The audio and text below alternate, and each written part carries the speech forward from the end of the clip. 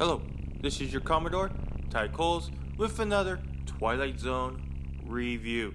This one will be Season 1, Episode 5, The Wunderkind. And on his way back to the top, he'll have to take a dark detour through the Twilight Zone. We start off this episode with our main character in a hospital bed type scenario, in like a surgery room type scenario.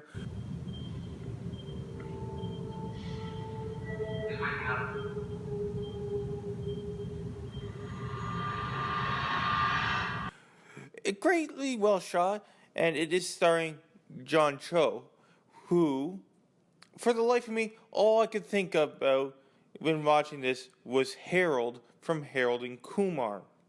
So he's a political spin master. He's in charge of political campaigns and stuff, and he knows how to win elections. That's his main thing.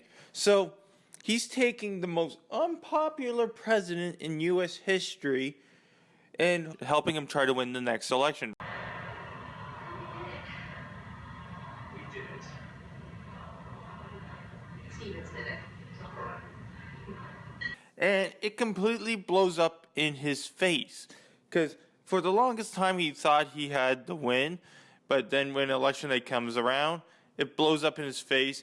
The president rips him a new one saying he lost New York and New Jersey, saying that he was a Jersey boy. The singer just lost New York, lost New Jersey. I'm from fucking New Jersey. I'm Mr. fucking New Jersey. We're losing the whole goddamn country. I can't help but compare this to what we might see in a few years when we have Donald Trump run again. This is what I think they're trying to write. President Stevens was, or is President Trump right now. So our main character goes into a major depression and he starts drinking. 2 years in office, the president is facing increasing criticism for his handling of the economy, increasing crime, the environment, and foreign policy. The world is a mess. And then they see this little kid's YouTube channel on the news because this 11-year-old kid announces that he wants to become president of the U.S., but has no idea what he wants to do. He just wants to be president of the United States. Oh, hey, hi, I'm Oliver Henry Cole, and I'm announcing my candidacy for president of the USA. Here's why. I want people to be nice to each other. So our main guy goes and looks for him to convince his parents that, yes, let me run his campaign. Let me help your son, Oliver. Yeah? You really want to be president? Yep. Sick of all the war stuff and the environment stuff. Become president. So they start running the campaign, and he has some promises like jobs for everyone, free video games for everyone, every American, no war, stuff like that. Your typical left-wing thinking. That's essentially what this is. Also, during that time, we see that the candidate that beat President Stevens is even worse. The economy is tanking.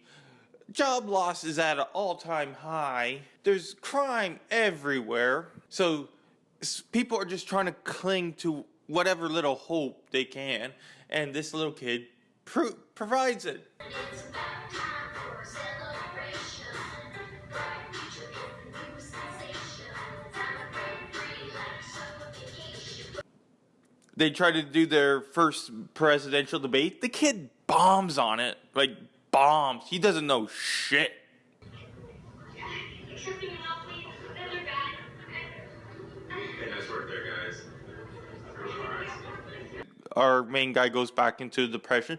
But through the grapevine, he learns that the kid's dog has cancer and that this would be a perfect thing to get the people back to vote for him. Also, Don, he has cancer. A dog took the cancer that's sort of incurable. And after winning the first caucuses in Iowa, we then fast forward to the kid winning the presidency.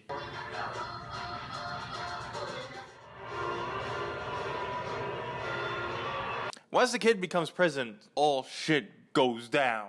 Like, he becomes a tyrant. He tries to fire Congress and refuses to take a physical because, for some reason, like we see it earlier in the episode, that he hates doctors for some reason. It is, however, time for your physical. Physical for when? I'm sorry, Mr. President, but Congress requires that the President get a yearly physical.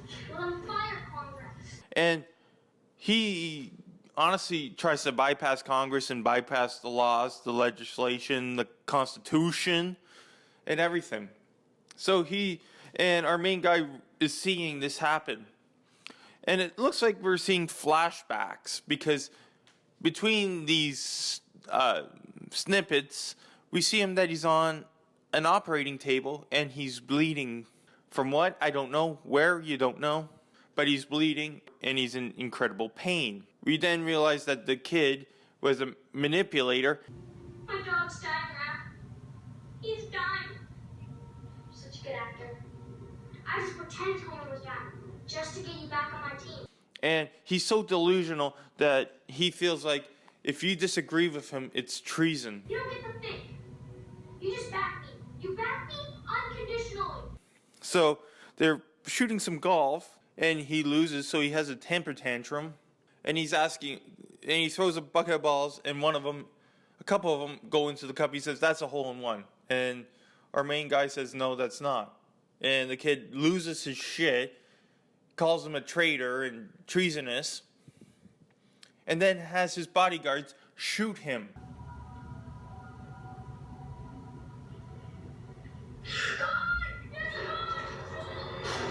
And then spins it that he was a traitor, he was treasonous, he was going to kill me, blah, blah, blah. And the public bought it. At the end, our main guy is on the table. It's someone that's probably still in elementary school that's the surgeon.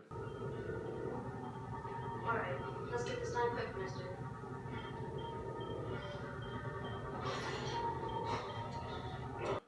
Damn. This episode shows you the dangers of what the mass media can do. And that you should not blindly follow the next person. Razzle and dazzle people with the right lies, and eventually they'll go blind to the madness right in front of their faces. I do like this episode, but again, like the episodes The Comedian and the episode A Traveler were, the editing was not there. The pacing was not there. All my reviews are just a little over 10 minutes. And those are the two episodes I enjoyed.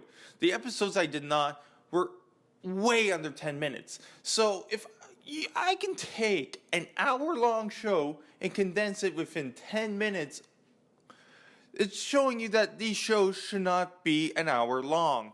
But overall, it was an enjoyable episode.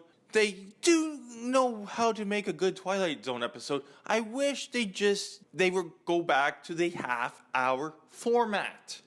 Because if this episode was a half an hour long, my God, I think this would have been the best Twilight Zone yet.